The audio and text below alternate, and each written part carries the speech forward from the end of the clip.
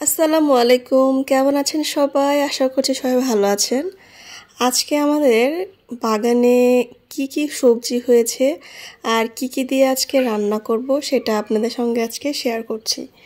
তো সবাই চলুন আজকে আমাদের বাগানে যাওয়া যাক। এই যে আমার শাশুড়ি মায়ের শখের বাগান, এখানে করলা গাছ আছে। এই করলা গাছ থেকে বেশ কিছু কিন্তু করলা খেয়েছি, আর কিছু করলার ফুলও ধরেছে। এটা বড়ই গাছ। আর এটা হচ্ছে ঢ্যাঁড়সের বাগান হয়েছে, শাকও আছে, ঢ্যাঁড়সও আছে। ঢ্যাঁড়সের ফুলগুলো মাশাল্লাহ এত সুন্দর, আর সব রকম সাইজেরই ঢ্যাঁড়স হয়, ছোট বড় সব সময় ঢ্যাঁড়স থাকে। মানে আমরা রেগুলারই কিন্তু ঢ্যাঁড়স তোলা হয়, আর পুরো শীত জুড়ে কিন্তু ঢ্যাঁড়স গাছে ঢ্যাঁড়স থাকবে। আপনাদের কার কার ভালো লাগে আর কিভাবে আপনারা খান সেটা কিন্তু অবশ্যই শেয়ার করবেন আমাদের সঙ্গে। আমার তো এই বাড়িতে এসে ঢ্যাঁড়স ভর্তা অনেক পছন্দ, কারণ আমার শাশুড়ি মা অনেক ঢ্যাঁড়স ভর্তা পছন্দ করে। এই সাইডে কিন্তু মূলার শাক হয়েছে, অনেকগুলো হয়েছে, তবে আরও একটু বড় হলে একদিন মূলার শাকও তুলে খাওয়া যাবে।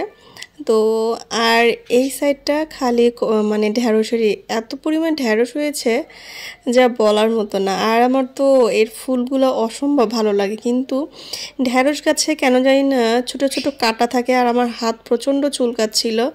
এই জন্য আমি চাকু নিয়ে এসেছি, কিন্তু চাকু দিয়েও কাটা যাচ্ছে না। ভাবছি একটা মানে কাটার মেশিন আছে যেটা সবজি কাটে, ওইটা কাটতে হবে, কারণ যেহেতু আমাদের সবজি বাগান, তো সেক্ষেত্রে কিন্তু একটা কাটার কেনা খুব।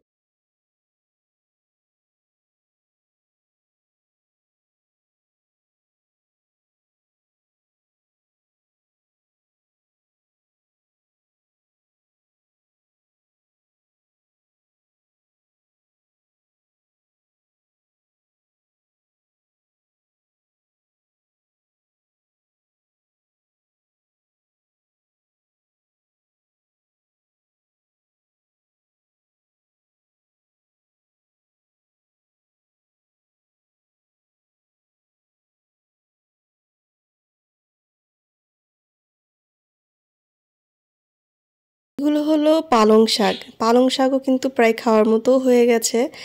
আর এই সাইডটা এগুলো হচ্ছে অনেকগুলো একসাথে ঢ্যাঁড়স গাছ হয়েছে।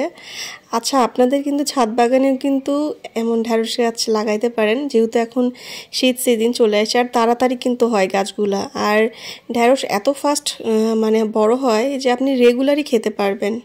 আজ আমি অনেকগুলো ঢ্যাঁড়স তুলেছি।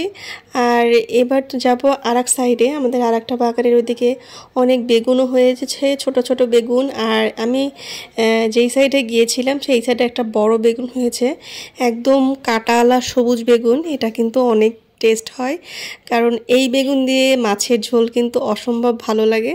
তো আজকে ভাবছি মাছের ঝোলই করব। তো আমার তো বেগুন তুলতে গিয়ে হাতে কাটা লেগে গেছে। তো যাই হোক, এবার হচ্ছে তুলবো এটা বোম্বাই কচু শাক। তো এটা দিয়ে আমি দুই রকম রান্না দেখাবো। আমার তো খুবই পছন্দের একটা শাক।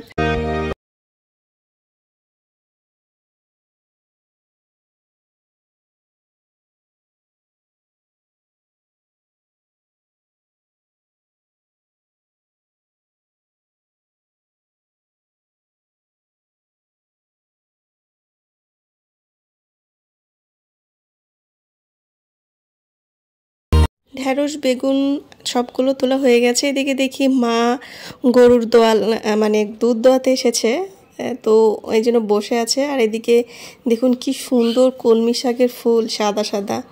শাকেরও ফুল হয়, আমি আজকে ফার্স্ট টাইম দেখলাম। তো যাই হোক, এবার এই কচি কচি যে ডাঁটা শাক আছে এটা তুলবো মাছ দিয়ে রান্না করার জন্য, বেগুন দিয়ে ডাঁটা শাক দিয়ে। তো আজকে অনেক সবজি তুলে ফেলেছি। যাই হোক, চলেন এবার দেখা যাক কি কি রান্না করা যায়।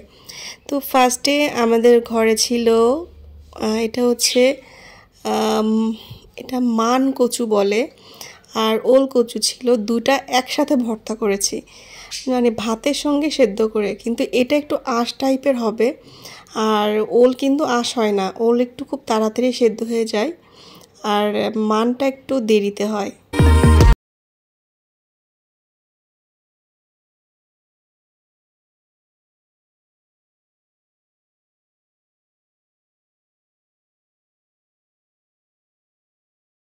মানকচু আর ওল কিন্তু দুই রকম কালার হয়, দেখলেই বোঝা যায়। আর এগুলা মানে এত মজা ভর্তা। আর যদি শুধু আপনি ওল ভর্তা করেন, একটু সাদা সরিষা বেটে দিবেন, তাহলে কিন্তু টেস্টটা আরও হবে। তো আমি ধুয়ে ভাতের মধ্যে দিয়ে দিয়েছি, এত সুন্দর গলেছিল। আমার তো রাইস কুকারে আমরা ভাত রান্না করি। তো যাই হোক, এবার হচ্ছে ঢ্যাঁড়স। আজকে ভেবেছি সকালবেলা যেহেতু মা অনেক ভর্তা পছন্দ করে, তাকে আজকে 3 রকমের ভর্তা করে দেব। এই জন্য যতগুলো ঢ্যাঁড়স তুলেছিলাম সবগুলো ঢ্যাঁড়স ভালো করে পরিষ্কার করে ছোট ছোট করে ধুয়ে নিয়েছি। তাহলে ভর্তা করতে সুবিধা হবে। বেশিরভাগ মাকে দেখেছি গোটা ঢ্যাঁড়সটা মানে ভাতের মধ্যে দিয়ে দেয়, কিন্তু আমি আজকে ভাতে দেবো না, আমি ঢ্যাঁড়সটা ফ্রাই প্যানে দিয়ে দেবো হালকা পানি।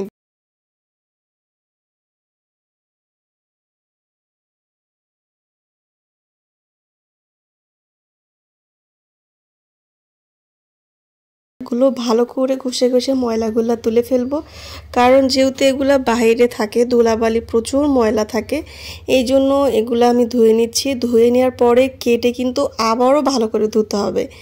আর যেহেতু আমাদের বেগুন গাছ আছে, আর মা মাঝে মধ্যে পোকা যেন না লাগে এই জন্য ছাই বিছিয়ে দেয়, এই জন্য ময়লা কিন্তু একটু বেশি হয়। দেখুন কি সুন্দর ঝকঝক করছে। এবার কচুর শাকগুলা আমি ভালো করে কুচি কুচি করে কেটে নিচ্ছি। এটাও আমি ঢ্যাঁড়সের মতোই সেদ্ধ করে নেব।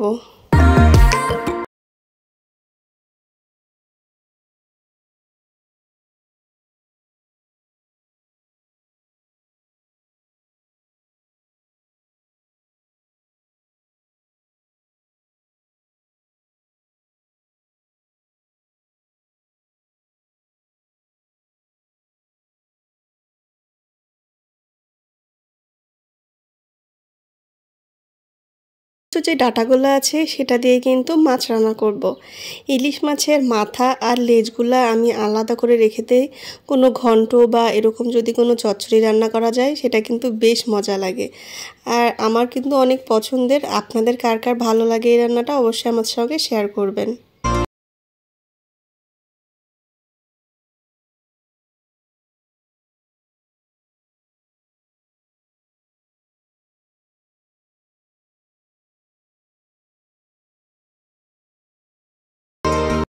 বোম্বাই কচু শাক কিন্তু কাঁচামরিচ দিয়ে ভর্তা করলে বেশি মজা লাগে, এই জন্য বেশ কিছু কাঁচামরিচ আমি সেদ্ধ করার জন্য দিয়ে দিচ্ছি।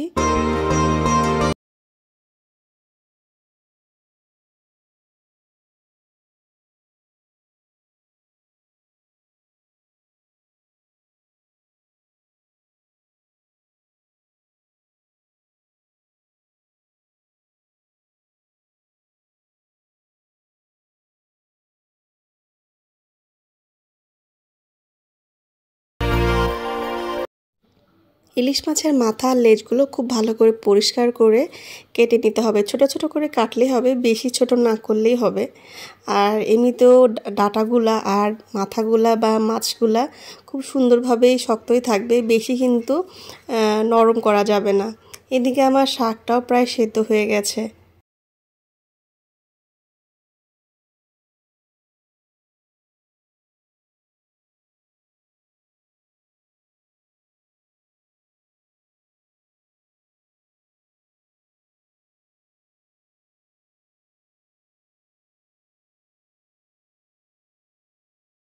সব কিছু কিন্তু একদমই সেদ্ধ হয়ে গেছে। এবার প্রথমে আমি কাঁচামরিচ আর শুকনো মরিচটা একটু ভালো করে পেঁয়াজ দিয়ে একটু ভর্তা করে নেব। তারপরে এবার ঢ্যাঁড়সের মধ্যে কিন্তু আমি শুকনো মরিচ কাঁচামরিচ দুটোই দিয়েছি, দুটো দিলে কিন্তু বেশ মজা লাগে। আর এত সুন্দর ঢ্যাঁড়সগুলো সেদ্ধ হয়েছে, যেহেতু একদম কাঁচা মানে গাছের টাটকা টাটকা ঢ্যাঁড়স। আর এবার ভর্তা করব আমি কচু শাক। কচু শাকে কিন্তু শুধুমাত্র আমি কাঁচামরিচই দিয়েছি, কারণ হচ্ছে সেদ্ধ কাঁচামরিচ আর এমনি কাঁচামরিচও দিয়েছি, দুটো দিলে কিন্তু ফ্লেভার ভালো হবে। আর এখানে যেহেতু সবুজ রং, যেহেতু শাকটা, এই জন্য আমি সবুজ রঙই রাখতে চেয়েছিলাম। শীতকাল কিন্তু পড়েই গেছে, আর শীতের সকালে কিন্তু ভর্তা ভাত গরম ভাতের সাথে কী যে মজা। আর আমার এমনিতে প্রত্যেক দিন কিছু না কিছু ভর্তা আমি করি, কারণ আমার শাশুড়ি মায়ের ভর্তা পছন্দ, অনেক রকমের ভর্তা পছন্দ, এই জন্য কখনো কখনো একটু আনকমন ভর্তা খাওয়াই, সে কিন্তু অনেক খুশি হয়। আর সে অন্যরকম একটা মানুষ, কারণ সে কিন্তু মাছ মাংস খায় না, তাকে কিন্তু এই টাইপের যদি খাবার দেই না সে অনেক খুশি হয়ে যায়। তো এবার আমি মান আর মানে ওল ভর্তা করব। তো এই এত পরিমাণ গরম ছিল, এই জন্য ম্যাশার দিয়ে ম্যাশ করে নিচ্ছি ভালো করে।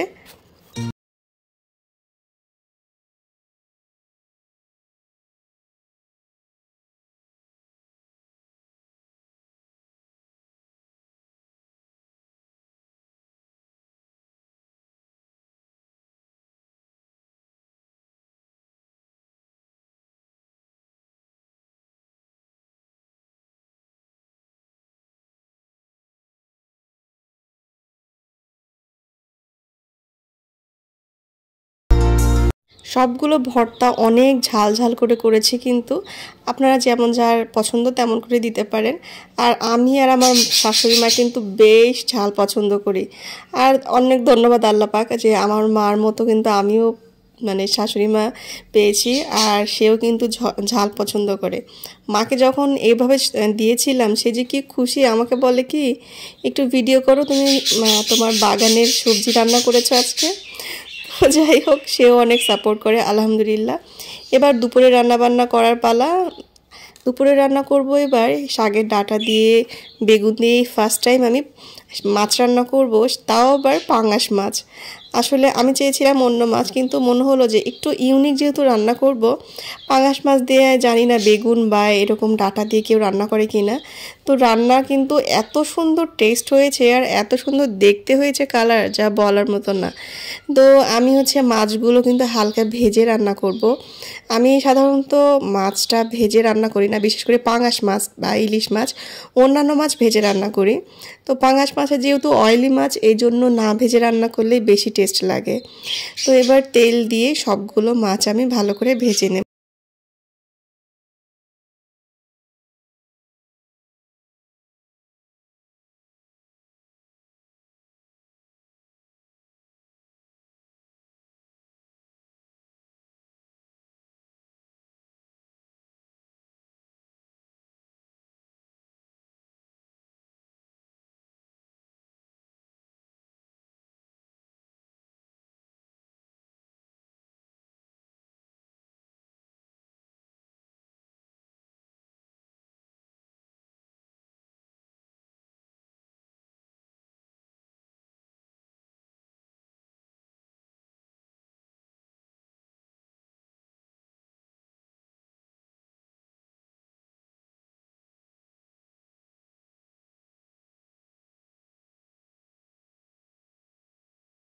পাঙাশ মাছের ডাঁটা দিয়ে বেগুন দিয়ে ঝোল তো আমার প্রায় কমপ্লিটই হয়ে গেছে।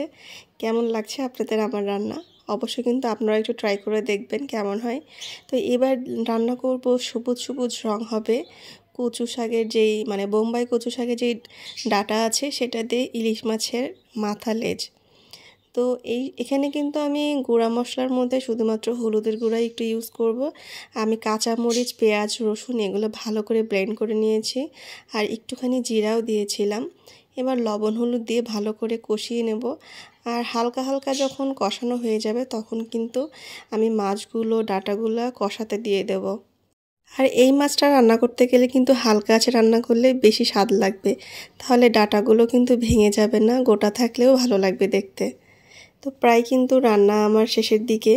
তো আজকের রান্না, আজকে আমার শাশুড়ি মায়ের শখের বাগান আপনাদের কেমন লাগলো, সবজিগুলো কেমন লেগেছে অবশ্যই কিন্তু আমাকে জানাবেন। আর এই তো ফাইনাল লুক, সবগুলো তরকারির এত সুন্দর দেখতে হয়েছে, রঙগুলো দুইটা কিন্তু দুই রকম। তো সবাই ভালো থাকবেন, আর আমার জন্য দোয়া করবেন, আমার নতুন সংসারের জন্য দোয়া করবেন যেন আমরা অনেক ভালো থাকতে পারি। আর আমিও আপনাদের জন্য সব সময় দোয়া রাখি যে আমার ইউটিউব ফ্যামিলি যেন সবসময় ভালো থাকে আর আমার পাশে থাকে। আল্লাহ হাফেজ।